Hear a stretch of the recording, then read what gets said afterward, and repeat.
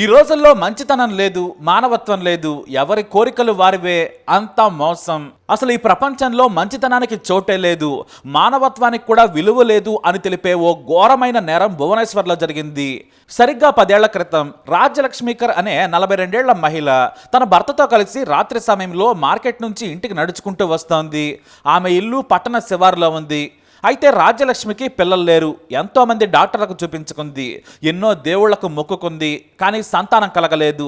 మరి ఆమె చేసిన పూజలకి ఏ దేవుడు కరుణించాడో కానీ వాళ్ళు నడుచుకుంటూ వస్తుంటే చెట్ల పొదల్లో చిన్న పాప ఏడుపు వినిపించింది. ఏంటా అని వెళ్ళి చూడగా ఓ చిన్నారి కూర్చొని ఏడుస్తుంది. వయసు 3 ఏళ్ళు. కంగారుగా వెళ్ళి పాపను పొదల్లో నుంచి తీసుకొచ్చింది రాజ్యలక్ష్మి. ఒళ్ళంతా మొళ్ళతో గిరికిపోయి ఉంది, పెదాలు ఆరిపోయి ఉన్నాయి. చాలాసేపటి నుంచి ఆ పాప ఏడుస్తున్నట్లుందని కంగారు పడింది రాజ్యలక్ష్మి. ఆ వెంటనే రాజ్యలక్ష్మి భర్త దారిలో ఓ ఇంట్లోకి వెళ్ళి మంచినీళ్లు తెచ్చాడు. పాపకు తాగించారు. భుజం మీద వేసుకోగానే పాప అలా నిద్రపోయింది. ఆ చిన్నారి స్పర్శ రాజ్యలక్ష్మికి ఎక్కడా లేని సంతోషాన్ని తీసుకొచ్చింది. మరి ఈ స్పర్శే కదా తాను కోరుకుంది అనుకుంది. ఈ చిన్నారే నన్ను అమ్మ అని పిలిస్తే ఆ పిలుపు ఎంత బాగుంటుందో అనుకుంది రాజ్యలక్ష్మి. వెంటనే భర్తను అడిగింది, మనం ఈ పాపను పెంచుకుందాం, ఇక్కడి నుంచి దూరంగా వెళ్ళిపోదాం, ఎందుకంటే మనకు పిల్లలు లేరని ఇక్కడ వాళ్ళకి తెలుసు, కొత్త ప్రాంతానికి వెళితే మన కూతురే అని నమ్ముతారని బ్రతిమలాడింది. ముందు ఆలోచనలో పడ్డ ఆమె భర్త సరేనన్నాడు. ఆ వెంటనే వాళ్ళు గజపతి జిల్లా కేంద్రానికి మారిపోయారు. ఆ చిన్నారికి మంచి పేరు పెట్టుకుని ప్రాణంలా చూసుకుంటూ ఉన్నారు. స్కూల్కి దూరమైతే ఇబ్బందని ఆ చిన్నారి చదువుకునే స్కూల్ పక్కనే ఇంటిని అద్దెకు తీసుకున్నారు. వారి జీవితం హాయిగా సాగుతోంది. రాజ్యలక్ష్మికి అప్పటి వరకు కూడా భర్త అంటే ప్రాణం. కానీ ఆ తర్వాత ఆ చిన్నారి కూడా రాజ్యలక్ష్మి ప్రాణంలో కలిసిపోయింది. అయితే ఆమె జీవితంలో ఒక్కసారిగా తుఫాన్ వచ్చినట్టు అయింది. భర్త ఉన్నట్టుండి అనారోగ్యంతో చనిపోయాడు. దీంతో ఆమెకు జీవితం ఒక్కసారిగా చీకటిలా మారింది. ఏం చేయాలో పాలుపోలేదు. కానీ తనను అమ్మ అంటూ కొంగు పట్టుకుని తిరుగుతున్న బిడ్డ కోసం ఆమె ధైర్యంగా ముందడుగేసింది. 10వ తరగతి వరకు చదువుకున్న రాజ్యలక్ష్మి బయటికి వెళ్ళి ఉద్యోగం చేయటం మొదలుపెట్టింది. రూపాయి కూడబెట్టుకుంటూ పాపను చదివించుకుంటోంది. తన కూతురుకు మంచి చదివివ్వాలి, మంచి స్కూల్లో చేర్పించాలి, బాగా చదివించాలి అనే కోరిక మాత్రమే ఉంది. ఎందుకంటే ఆ కూతురు కూడా బాగా చదువుతోంది. ఇంతలో రాజ్యలక్ష్మి సోదరుడు కూడా రాజ్యలక్ష్మికి చేయందించాడు, తోడుగా ఉన్నాడు. పూరిలోని పార్లకేముండిలో ఉన్నత కేంద్రీయ విద్యాలయంలో కష్టపడి చేర్పించింది. దీంతో ముందు ఆమెకు కూతురు చదువు గురించి బెంగ తీరింది. క్లాస్లో టాప్ 5లో ఉంటుంది రాజ్యలక్ష్మి కూతురు. పైగా ఇంగ్లీష్లో అనర్గళంగా మాట్లాడగలదు, రాయగలదు. క్లాస్లోనే మంచి కమ్యూనికేటర్గా గుర్తింపు కూడా ఉంది. కానీ ఆ టాలెంట్ను తప్పుగా ఉపయోగించుకుంది కూతురు. 8వ తరగతి చదువుతున్న ఆ అమ్మాయి ఇన్స్టా అకౌంట్ ఓపెన్ చేసింది. నిత్యం బిజీగా ఫోన్లో ఉండేది. కూతురు మీద గారాబంతో ఏమీ అనేది కాదు రాజ్యలక్ష్మి. అయితే తమ ఇంటి పక్కనే ఓ గుడి ఉంది. అక్కడ గణేష్ రథ్, దినేష్ సాహు అనే యువకులు పరిచయం అయ్యారు. వీళ్ళిద్దరూ అసిస్టెంట్ పూజారులు. తన తల్లితో కలిసి పూజకు వెళ్లేది. అక్కడ వారితో పరిచయం ఏర్పడింది.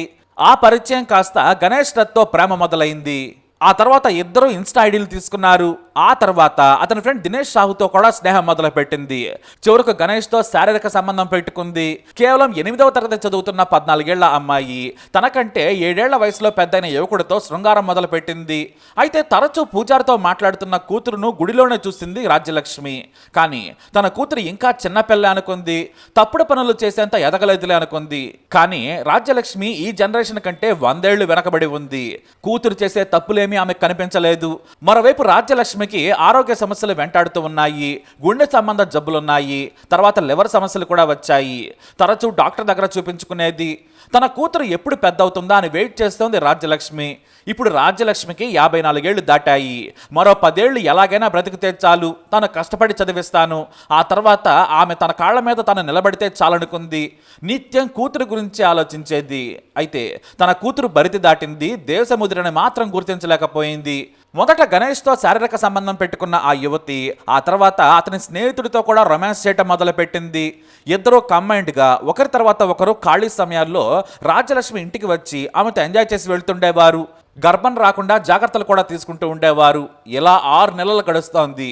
నిత్యం వారితో ఇన్స్టాలో చాట్ చేసేది. ఎందుకంటే వాట్సాప్లో అయితే తన తల్లి గుర్తిస్తుందని.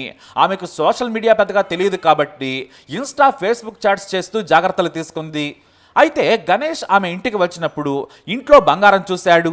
తనకివి కావాలి, నాకు కొన్ని ఆర్థిక అవసరాలు ఉన్నాయి, ఇప్పుడు సాయం చెయ్యి, వెంటనే నెలలో తెచ్చిస్తానని చెప్పాడు. దీంతో గుడ్డిగా తల్లి బంగారం ఇచ్చేసింది కూతురు. దాన్ని కుదవపెట్టిన గణేష్ ఓ బైక్ కొన్నాడు. దాదాపుగా 2.5 లక్షలు వచ్చాయి. మిగతా సొమ్మితో ఆ బైక్ వేసుకుని ఒడిశా మొత్తం తిరిగొచ్చాడు. అతడు అలా వెళ్ళగానే ఈలోపు దినేష్తో ఎంజాయ్ చేయడం మొదలుపెట్టింది. అతను కూడా తనకు ఏదైనా బంగారం ఉంటే ఇవ్వమని ఒత్తిడి చేసేవాడు. కానీ ఇంట్లో డబ్బుంటే గుడ్డిగా ఇచ్చేసేది. ఎందుకంటే తెలియని వయసు. కేవలం ఆమెకి ఇప్పుడు శృంగారం మాత్రమే తెలుసు. లోకం పొగట తెలియదు. తల్లి కష్టం అసలే తెలియదు. తన కోసం తల్లి పడుతున్న కష్టాన్ని గుర్తించే స్థితిలో కూడా లేదు. ఆ తర్వాత ఓ రోజు దినేష్తో తన ఇంట్లోనే కూతురు చేస్తున్న చండాల పనిని చూసింది తల్లి రాజ్యలక్ష్మీకర్. అంతే, ఆమె గుండె బద్దలైంది. ఇంత చిన్న వయసులో ఇదేం తప్పుడు పని అనుకుంది. కానీ తప్పు మాత్రం ఆ కుర్రాళ్లదే. అమాయకురాలైన కూతురుని ట్రాప్ చేశారని భావించింది. దీంతో కూతురిపై చేసుకుంది తల్లి. జీవితంలో మొదటిసారి కూతురుని కొట్టింది. కానీ ఆ తర్వాత గంట సేపు ఏడ్చింది. చిన్న వయసులో ఇలాంటి తప్పుడు పనులు చేయొద్దు, చదువు మీద దృష్టి పెట్టు, జీవితంలో ఓ లక్ష్యంతో ముందుకు సాగాలి, మనకు ఎవరూ తోడు లేరు, నీకు నువ్వుగా కాళ్ళ మీద నిలబడాలని చెప్పింది రాజ్యలక్ష్మి. కానీ కూతురు వినలేదు. ముందు సరేనంది. అయితే ఇక్కడే గణేష్ దినేష్లు ఆ చిన్నారిని ట్రాప్ చేశారు. ఎందుకంటే ఇన్స్టాలో మాట్లాడటం లేదు. మా అమ్మకు తెలిసిపోయింది, ఇక మనం కలవడం కుదరదని చెప్పింది. మరోవైపు తల్లి నిఘా కూడా ఎక్కువైంది. కానీ తాను పని చేస్తేనే కుటుంబం నడుస్తుంది కాబట్టి తప్పకుండా పని చేయాల్సిందే. అందుకే స్కూల్ నుంచి వస్తున్నప్పుడే ఆమె కోసం కాపు కాల్సేవారు. తన తల్లి గురించి వాళ్ళకి చెప్పింది. అయితే ఆమె ఇంట్లోని బంగారం డబ్బును కొట్టేయాలనుకున్నారు గణేష్ దినేష్. ఆ తర్వాత ఒంటరిగా ఉన్న రాజ్యలక్ష్మీకర్ను చంపేయాలనుకున్నారు. ఇదే విషయాన్ని తమ లవర్కు కూడా చెప్పారు.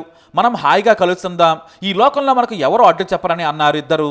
నువ్వు స్కూల్ కోసం ఎక్కడికే వస్తావు, హాస్టల్లో నిన్ను ఉంచుతారు, లేదంటే నువ్వు ఇంట్లో నుంచి వచ్చేస్తే మేము చూసుకుంటామన్నారు. చివరకు ఆమె వారితో శృంగారం కోసం సరేనంది. ఎక్కడో చెట్ల పొదల్లో దొరికిన తనను తల్లి ప్రేమగా ప్రాణంగా పెంచుతుందని గ్రహించలేకపోయింది. ఇద్దరు కామాంధులు చెప్పిన మాటలు నమ్మింది. మరోవైపు తన కూతురు మీద తల్లికి బెంగెక్కువైంది. చదువు పాడైనా పర్వాలేదు, ముందు ఊరు మారాలనుకుంది. ఇక్కడే ఉంటే నువ్వు చదవు, ప్రాంతం మారితే ఇలాంటి పనులు చేయవని తల్లి తిడుతూ ఉండేది. మరోవైపు వృద్ధాప్యం దగ్గర పడుతోంది. అనారోగ్యం ఇబ్బంది పెడుతోంది. ఉద్యోగం చేస్తూ కష్టపడుతూ ఉంటే ప్రాణంగా పెంచుకున్న కూతురు దారి తప్పిందని ఆమెకు మానసిక వేదన ఎక్కువైపోయింది. అయితే ఎంత చెప్పినా కూడా ఆ చిన్నారికి ఏమీ అర్థం కాలేదు. కేవలం రొమాన్సే ప్రపంచం అనుకుంటోంది. తన ప్రియుళ్ళు చెప్పిందే నిజమని నమ్మింది. అయితే తల్లి ఫోన్ ఇవ్వకపోవడంతో మరో కొత్త ఫోన్ కొనిపెట్టారు గణేష్ దినేష్. రహస్యంగా దాంట్లో చాట్ చేస్తూ ఉండేది. తన తల్లి తనను వేరే ఊరికి తీసుకెళ్తానని చెబుతోంది. కొత్త అకాడమిక్ ఇయర్ ప్రారంభానికి ముందే టీసీ తీసుకుంటానని చెప్పింది. 9th క్లాస్కి నేను వేరే ఊరు వెళ్తానేమో అని చెప్పింది లవర్స్కి. దీంతో తొందరగా చంపేయాలనుకున్నారు ఆ ఇద్దరు. ఆమె కూడా అందుకు సరేనంది. అంతేకాదు గణేష్ అయితే ఏకంగా మెడికల్ షాప్లో నిద్ర మాత్రలు సంపాదించాడు. వాటిని ఆ టీనేజర్కి ఇచ్చాడు. తినే ఆహారంలో కలిపిచ్చేయి, మీ అమ్మ నిద్రలోకి జారుకుంటుంది, అప్పుడు మేమిద్దరము వచ్చి చంపేస్తామన్నారు. ఆ చెప్పే మాటలకి సరైన తలూపింది ఆ దరిద్రురాలు. ఏప్రిల్ 29న రాత్రి సమయంలో వంట చేసింది రాజ్యలక్ష్మీకర్. కానీ తనకు తినబుద్ధి కావడం లేదని చెప్పింది. నేను ఆలస్యంగా తింటాను, నువ్వు తినేసి మాత్రలు వేసుకోమని తల్లికి చెప్పింది. సరేనంది రాజ్యలక్ష్మి. కానీ మళ్ళీ నేను భోజనం తీసుకొస్తాలే, నువ్వు చేతులు కడుక్కొని కూర్చోమని చెప్పింది. సరేనని కూతురు అన్నం పెడుతుంటే తల్లి కూడా సరేనంది. భోజనంలో నిద్ర మాత్రల పొడిని కలిపి తల్లికిచ్చింది. భోజనం చేస్తుండగానే నిద్ర వస్తోందని తల్లి చెప్పింది. పూర్తిగా కూడా తినలేదు. ఆ తర్వాత రాజ్యలక్ష్మిని మెల్లిగా తీసుకెళ్లి బెడ్పై పడుకోబెట్టింది. ఆ వెంటనే తన ప్రియులకు సమాచారం అందించింది. ఇక గణేష్ వస్తూ దినేష్ని కూడా తీసుకొచ్చాడు. ఇద్దరు కూడా నిద్రిస్తున్న రాజ్యలక్ష్మిని అర్ధరాత్రి వేళ దిండితో అదిమి ఊపిరాడకుండా చేశారు. ఆ తర్వాత ఇంట్లోని బంగారం 6,000 రూపాయల నగదు తీసుకుని పారిపోయారు. ఆ మరునాడు ఉదయమే తన ప్రియుళ్ళు చెప్పినట్టుగా మా మమ్మీ నిద్రలో నుంచి లేవడం లేదని ఏడుస్తూ కిలాడి డ్రామాలాడింది. వాళ్ళు ఆసుపత్రికి తీసుకెళ్లగా చనిపోయిందని చెప్పారు. ఆ వెంటనే రాజ్యలక్ష్మి సోదరుడు శివాప్రసాద్ మిశ్రాకు సమాచారం ఇచ్చింది. అతను కూడా వచ్చాడు. గుండెపోటుతో అమ్మ చనిపోయిందని ఏడ్చింది. అందరూ కూడా నిజమని నమ్మారు. మరోవైపు అద్దె ఇల్లు కావడంతో మృతదేహాన్ని డైరెక్ట్గా శ్మశాన వాటకకు తీసుకెళ్లారు. ఆమె సోదరుడు వచ్చి అంత్యక్రియలు పూర్తి చేశాడు. ఇక తల్లి లేని చిన్నారిని తనతో పాటే భువనేశ్వర్లోని ఇంటికి తీసుకెళ్లాడు. అయితే ఆ చిన్నారి దారి తప్పింది, కానీ వాటిని కవర్ చేసే తెలివి కూడా రాలేదు. పిచ్చి దానిలా ఆ వెధవలు ఏది చెబితే అది నమ్మేసింది. ఇక భువనేశ్వర్కు వెళ్ళిన ఆ టీనేజర్ 2 ఫోన్లు వాడటం చూశాడు ఆమె మామ. అంతేకాదు తల్లి ఓ పక్క చనిపోయి ఉంటే చాటింగ్లో ఫోన్లో ఎంత బిజీగా ఉంది ఏంటా అని అనుమానించాడు. ఈ కొత్త ఫోన్ ఎక్కడిది అని అడిగాడు. అమ్మే నాకు కొనిపెట్టిందని అబద్ధం చెప్పింది.